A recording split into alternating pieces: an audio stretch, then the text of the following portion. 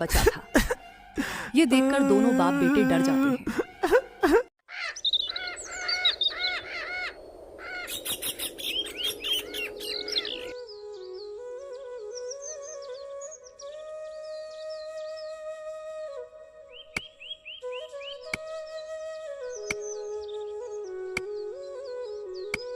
धामपुर नाम के एक छोटे से गांव में सोहन नाम का एक गरीब लड़का रहता था। उसके परिवार में उसके साथ उसके बूढ़े माता पिता रहते थे। सोहन का परिवार बहुत ही गरीब था। उनके पास ना तो कोई जमीन थी और ना ही कमाने के लिए कोई साधन। सोहन दिन भर मजदूरी करता और उससे जो कुछ भी कमा पाता उससे अपने पूरे परिवार का पेट भर लेता।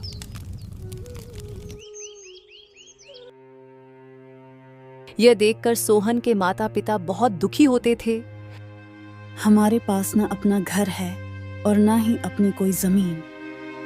हमारा बेटा दिन भर दूसरों के खेतों में मजदूरी करता है और उसके बदले भी उसे बहुत कम पैसे मिलते हैं। हम दोनों अपने बेटे पर बोझ बन रहे हैं। परेशान मत हो सीमा, हमारा बेटा बहुत मेहनती है। सोहन ने कभी किसी के साथ गलत नहीं किया। वह ईमानदारी से मेहनत करता है। उसने बचपन से बहुत परेशानियां देखी हैं, पर उसने कभी हार नहीं मानी। एक दिन हमारा बेटा भी बहुत धन कमाएगा और उसकी सारी परेशानियां दूर हो जाएंगी। सोहन हमेशा सोचता था कि आज भले ही उसकी किस्मत उसका साथ ना दे रही हो, पर उसे यकीन था कि अगर वह मेहनत करता रहेगा तो एक दिन उसका भाग्य भी बदलेगा और उसकी सारी परेशानियां खत्म हो जाएंगी। एक दिन सोहन लालाराम जमींदार के खेत पर काम कर रहा था। लालाराम पास के एक पेड़ के नीचे बैठा था। सोहन अपने काम में लगा हुआ था। तभी उसने देखा कि लालाराम बहुत ही उदास है और गहरी चिंता में डूबा हुआ है। लालाराम को उदास देख सोहन तुरंत लालाराम के पास गया और बोला, क्या हुआ मालिक, आप बहुत उदास लग रहे हैं। मुझे ऐसा लग रहा है जैसे आप किसी गहरी चिंता में हैं। कुछ हुआ है? मुझे बताइए, क्या पता मैं आपकी कोई सहायता कर सकूं। सोहन की बात सुनकर लालाराम को गुस्सा आ गया और वह सोहन से गुस्से में बोला, तू मेरी क्या सहायता करेगा? तू खुद अपनी सहायता कर सकता है क्या? अगर तू किसी की सहायता करने के काबिल होता तो क्या तुझे 2 वक्त के खाने के लिए आज मेरी जमीन पर काम करने की जरूरत पड़ती? चल यहां से जा, अपना काम कर और मुझे परेशान मत कर। सेठ जी, ऐसा नहीं है। ये सब वक्त वक्त की बात है। सब किस्मत का खेल है और इंसान को अपनी मेहनत पर विश्वास रखना चाहिए। आज भले ही किस्मत मेरे पक्ष में ना हो, लेकिन अगर मैं ईमानदारी और लगन से मेहनत करता रहूंगा तो किस्मत भी एक दिन मेरी तरफ झुक जाएगी और धैर्य से तकदीर के दरवाजे खुलने में देर हो सकती है, लेकिन मेहनत कभी बेकार नहीं जाती। सोहन की बात सुनकर लालाराम बहुत प्रसन्न हुआ।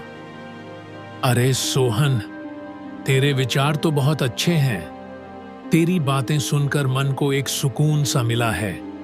इतनी परेशानियों में भी तू अपनी जिंदगी खुश होकर काट रहा है।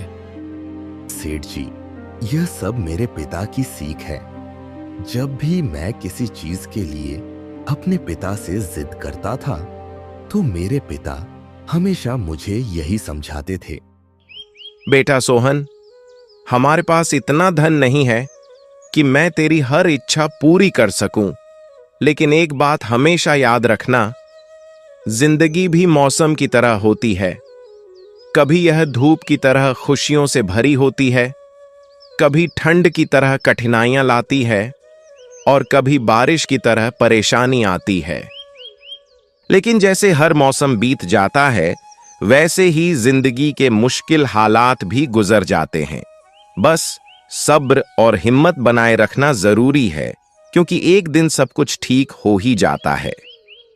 अरे वाह, लगता है तेरे पिता बहुत ही नेक इंसान हैं। किसी दिन मैं उनसे जरूर मिलूंगा। मालिक, क्या हुआ है? आप एक बार मुझे साफ साफ बताइए। क्या पता आपकी परेशानी का कोई हल मिल ही जाए। अरे सोहन, मैं एक बहुत बड़ी परेशानी में फंस गया हूं। मुझे अपनी परेशानी का कोई भी हल नजर नहीं आ रहा है। सेठ जी, एक बार मुझे बताइए, तो क्या पता आपकी परेशानी का कोई हल निकल ही जाए। सोहन, हमारे गांव में मेरे पिता की एक पुश्तैनी जमीन थी जो काफी पीढ़ियों से हमारे पास थी। उस पर मेरा और मेरे भाई का हक है, पर गांव के ही 2 बाप बेटों ने उस पर कब्जा कर लिया है। मैं पुलिस थाने में केस दर्ज कराने की सोच रहा था, लेकिन गांव के बहुत बड़े लोग उनके साथ हैं। मैं कितनी भी कोशिश कर लूं, लेकिन मैं उन लोगों का कुछ नहीं बिगाड़ पाऊंगा। अब तो उन लोगों ने उस जमीन पर खेती भी शुरू कर दी है। मेरे पिता की पुश्तैनी जमीन मेरे हाथों से छीनी जा रही है, इसलिए मैं बहुत परेशान हूं। मुझे समझ नहीं आ रहा मैं अब क्या करूं। आप सही कह रहे हैं सेठ जी। अगर आप कानून का सहारा लेकर भी अपनी जमीन को वापस लेने की कोशिश करेंगे, तो भी आप उनका कुछ नहीं बिगाड़ पाएंगे। सोहन, अब तू ही बता, मैं अब क्या करूं? मैं तो सोच सोच कर परेशान हो गया हूं। मेरी पुश्तैनी जमीन छीनी जा रही है और मैं कुछ भी नहीं कर पा रहा। अगर ऐसा कोई तरीका है जिससे मेरी जमीन मिल सके तो जल्दी बताओ सोहन, वह क्या तरीका है? सोहन ने लालाराम को अपनी सारी तरकीब पूरी तरह समझा दी। तरकीब सुनकर लालाराम सोहन से कहता है, अरे वाह सोहन, तू तो बहुत समझदार है। तूने तो बहुत अच्छी तरकीब बताई है। ऐसे तो मेरी जमीन मुझे जरूर मिल जाएगी। मैं तुझसे वादा करता हूं, अगर तेरी यह योजना सफल हुई तो मैं अपनी जमीन का एक हिस्सा तेरे नाम कर दूंगा। अरे मालिक, आप ऐसा क्यों कह रहे हैं? आप मेरे मालिक हैं। आपकी वजह से मुझे अपने घर के लिए 2 वक्त खाना मिल जाता है। आपकी मदद करना तो मेरा फर्ज है। मुझे आपकी जमीन नहीं चाहिए, ठीक है? सोहन, तुम बहुत नेक इंसान हो। कल से तुम इस काम पर लग जाओ। सोहन फिर से खेत में अपने काम पर लग जाता है।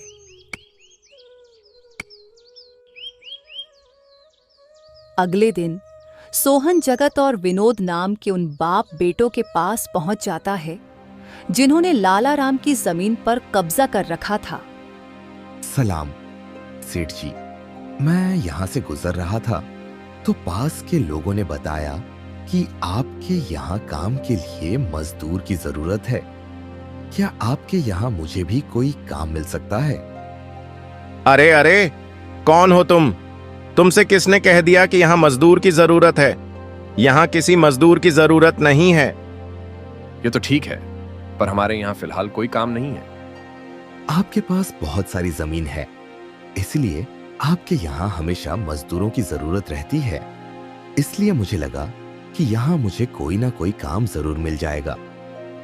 अरे भाई, मैंने कहा ना, यहाँ किसी भी मजदूर की जरूरत नहीं है। इसका मतलब लालाराम सेठ आपके बारे में सही कह रहे थे। लालाराम ने हमारे बारे में क्या कहा? अरे कुछ नहीं सेठ जी, चलिए तो मैं चलता हूं। सेठ जी, आपके यहाँ कोई कानून नहीं है? मैं अपने लिए कहीं और कोई काम देख लेता हूं। सोहन वहां से जाने लगता है। तभी जगत और विनोद ने सोहन को रोककर यह पता लगाने के लिए कहा कि लालाराम ने उनके बारे में क्या कहा है। अरे भाई, इधर आओ, शायद तुम्हारे लिए हमारे पास एक काम है। सोहन तुरंत उनके पास चला गया और बोला, धन्यवाद सेठ जी, बताइए क्या काम है? आप जो भी काम बोलेंगे मैं हर काम करने के लिए तैयार हूं। अरे सब्र रखो, काम तो हम तुम्हें बता ही देंगे। पहले यह बताओ, लालाराम हमारे बारे में क्या कह रहा था? लालाराम सेठ, उन्होंने मुझे कहा कि पूरे गांव में उनसे ज्यादा मजदूरी कोई नहीं दे रहा। तो मैंने गुस्से में कह दिया कि गांव के सबसे बड़े जमींदार जगत सेठ और विनोद सेठ सबसे अच्छी मजदूरी देते हैं, इसलिए उनके यहाँ हमेशा काम करने वालों की भीड़ रहती है। हाँ भाई, बिल्कुल सही कहा था। आखिर हम गांव के सबसे बड़े जमींदार हैं। हमारा फर्ज है कि जो भी मजदूर हमारे यहाँ काम करता है उसे उसकी मेहनत के हिसाब से सही मजदूरी मिले। वाह सेठ जी, आपने बहुत अच्छी बात कही। लालाराम सेठ कभी भी आपकी बराबरी नहीं कर सकता। वो तो शायद आपके जितना भी नहीं सोच सकता। जगत और विनोद सोहन की चापलूसी से भरी बातों में आ जाते हैं और उसे अपने यहाँ काम पर रख लेते हैं। चलो अब काम की बात करते हैं। तुम एक अच्छे इंसान लगते हो। हमें अपने खेत पर काम करने के लिए तुम्हारे जैसे ही एक मजदूर की जरूरत है। कल से ही काम पर आ जाना। कुछ दिन ऐसे ही बीत गए। एक दिन जगत अपने बेटे विनोद से बोला, विनोद बेटा, ये सोहन तो बहुत मेहनती है। यह अकेले ही 4 लोगों का काम कर देता है। अच्छा हुआ कि हमने इसे रोक लिया। हाँ पिताजी, आप सही कह रहे हो। सोहन बहुत मेहनती है। इसके जितना काम शायद ही कोई और करता होगा। ये पूरा दिन यहाँ काम पर अकेला लगा रहता है। सोहन की मेहनत ने जगत और विनोद का दिल जीत लिया। कुछ दिन और बीत गए। एक शाम जगत और विनोद अपने खेतों का दौरा कर रहे थे। जब वे अपने खेत पर पहुंचे तो देखा कि सोहन इतने देर तक भी काम कर रहा था। सोहन भाई, अब तो रात होने वाली है। तुम इतनी देर तक काम क्यों कर रहे हो? अब घर जाओ और आराम कर लो। सेठ जी, हमारी किस्मत में आराम कहाँ है? घर पर बूढ़े माँ बाप है। काम नहीं करूंगा तो उनके लिए 2 वक्त का खाना कहाँ से जुटा पाऊंगा? घर पर बैठकर आराम करने से अच्छा है कि मैं काम करूं। इस तरह मेरा मन भी लगा रहता है। तुम बहुत मेहनती हो सोहन। आज का काम यहीं छोड़ दो और घर जाकर आराम करो। नहीं सेठ जी, इसकी कोई जरूरत नहीं है। मैं काम करने में ही खुश हूं। आप लोग जाइए, मैं ठीक हूं। ठीक है सोहन, फिर हम जाते हैं। जब तुम्हारा मन करे काम खत्म करके आ जाना। जगत और विनोद के जाने के बाद उनके खेत में पुलिस आ जाती है। पुलिस को देखकर दोनों दौड़ते हुए आए और पूछा, क्या हुआ थानेदार साहब? आप यहां क्या कर रहे हैं? क्या यह जमीन तुम दोनों की है? हाँ थानेदार साहब, ये जमीन हमारी है। हमारे पास इसके कागजात भी हैं। फिर तो तुम दोनों को ले जाकर जेल में डालना ही पड़ेगा। ये क्या कह रहे हैं थानेदार साहब? हम कुछ समझे नहीं। आप क्या कहना चाह रहे हैं? अभी तुम दोनों बहुत अच्छे से समझ जाओगे। वह देखो, तुम्हारी जमीन से। अब बहाने मत बनाओ। पहले लोगों को मारो, फिर उन्हें अपनी जमीन में गाड़ दो। और अब कह रहे हो कि यह क्या है? नहीं थानेदार साहब, हमें नहीं पता कि यह सब क्या है। ये लाश यहां कैसे आई, हमें कुछ नहीं पता। अब झूठ मत बोलो। अगर फांसी नहीं हुई तो कम से कम तुम दोनों को उम्र कैद की सजा तो जरूर मिलेगी। फांसी और उम्र कैद की बात सुनकर दोनों बाप बेटे डर गए और थानेदार के सामने गिड़गिड़ाने लगे। थानेदार साहब, हम इस लाश के बारे में कुछ नहीं जानते। हमें नहीं पता ये लाश किसकी है और इसे यहाँ कौन गाड़ कर चला गया। इस मामले से बचने के लिए दोनों ने कुछ तरकीबें सोचनी शुरू की। तभी सोहन वहां आ जाता है। अरे सेठ जी, ये पुलिस यहाँ क्यों आई है? क्या हुआ है? सोहन देखो, पता नहीं कहां से हमारी जमीन में यह कंकाल आ गया है। मालिक, ये कंकाल यहाँ कहाँ से आ गया? ये तो बहुत गंभीर बात है। सोहन, पता नहीं ये कंकाल यहाँ कैसे आया है। और थानेदार साहब को लगता है कि इसे हमने यहाँ मारकर गाड़ा है। अब तू ही कोई उपाय सोच जिससे हम इस परेशानी से बच सकें। तीनों को आपस में खुसर पुसर करते देख थानेदार ने कहा, अब कोई तरकीब मत बनाओ। तुम दोनों बाप बेटों में से कोई एक तो जरूर जेल जाएगा। अब तुम ही तय करो, जेल कौन जाएगा? थानेदार साहब, थोड़ा सा समय दीजिए। हम तय कर लें कि जेल कौन जाएगा। बस 5 मिनट देता हूं, जल्दी से फैसला करो, कौन जाएगा जेल? जगत फांसी की बात सुनकर पहले ही डर गया था और सोहन की आवाज सुनते ही उसने फटाफट पूरी कहानी सोहन को बता दी। जगत की बात सुनकर सोहन ऐसा दिखाने लगा जैसे उसे कुछ पता ही ना हो। मालिक, क्या आपने यह जमीन हड़पी थी? मुझे कुछ समझ नहीं आ रहा, जरा साफ साफ बताइए। जगत ने जमीन हड़पने की पूरी कहानी सोहन को बताई। पूरी कहानी सुनने के बाद सोहन ने कहा, मालिक, मेरे पास एक तरकीब है जिससे सांप भी मर जाएगा और लाठी भी नहीं टूटेगी। जल्दी बताओ सोहन भाई, क्या तरकीब है?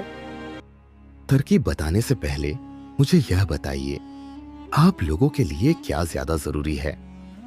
सोहन, इसमें पूछने वाली कौन सी बात है? हमारे लिए जमीन से ज्यादा हमारी जान प्यारी है। अरे सोहन, लेकिन इससे तो हमारी जमीन हमसे छिन जाएगी, फिर क्या हो? देखिए सरपंच जी, इन दोनों की जमीन से एक कंकाल निकला है। अब ये लोग कह रहे हैं कि यह जमीन इनकी नहीं है, बल्कि सेठ लाला राम की है।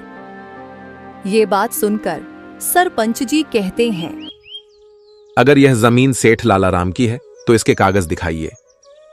ये सुनते ही दोनों बाप बेटे जल्दी से सेठ लाला राम को जमीन के कागज दे देते हैं और अब सेठ लाला राम को उसकी पुश्तैनी जमीन वापस मिल जाती है। तभी दोनों बाप बेटे विनोद और जगत थानेदार से कहते हैं, ये जमीन लाला राम की है, इसको पकड़कर जेल में ले जाओ। हाँ, मैं तो सेठ लाला राम के घर पर ही काम करता हूँ। और मैं भी सेठ लाला राम के ही घर पर काम करता हूँ। ये सब हमारी चाल थी, तुमसे जमीन के असली कागज लेने के लिए। यह सुनकर दोनों बाप बेटे दंग रह जाते हैं। अब वे कुछ नहीं कर सकते, इसलिए वहां से चुपचाप चले जाते हैं। सोहन, तुम्हारी वजह से मेरी पुश्तैनी जमीन मुझे वापस मिल गई। तुम्हारा बहुत बहुत धन्यवाद। और अब सेठ लाला राम अपनी जमीन का एक हिस्सा सोहन के नाम कर देता है और अब सोहन और उसके माता पिता खुशी खुशी रहने लगते हैं और जो जमीन सेठ लाला राम ने सोहन को दी है, वह उसी जमीन में काम करता और खुशी से रहता। प्यारे दोस्तों, हमें इस कहानी से ये सीख मिलती है, हम किसी के साथ गलत करते हैं तो हमारे साथ भी गलत ज़रूर होता है। प्यारे दोस्तों, इस कहानी को लाइक, कमेंट और चैनल को सब्सक्राइब करना बिल्कुल ना भूलें। Thank you.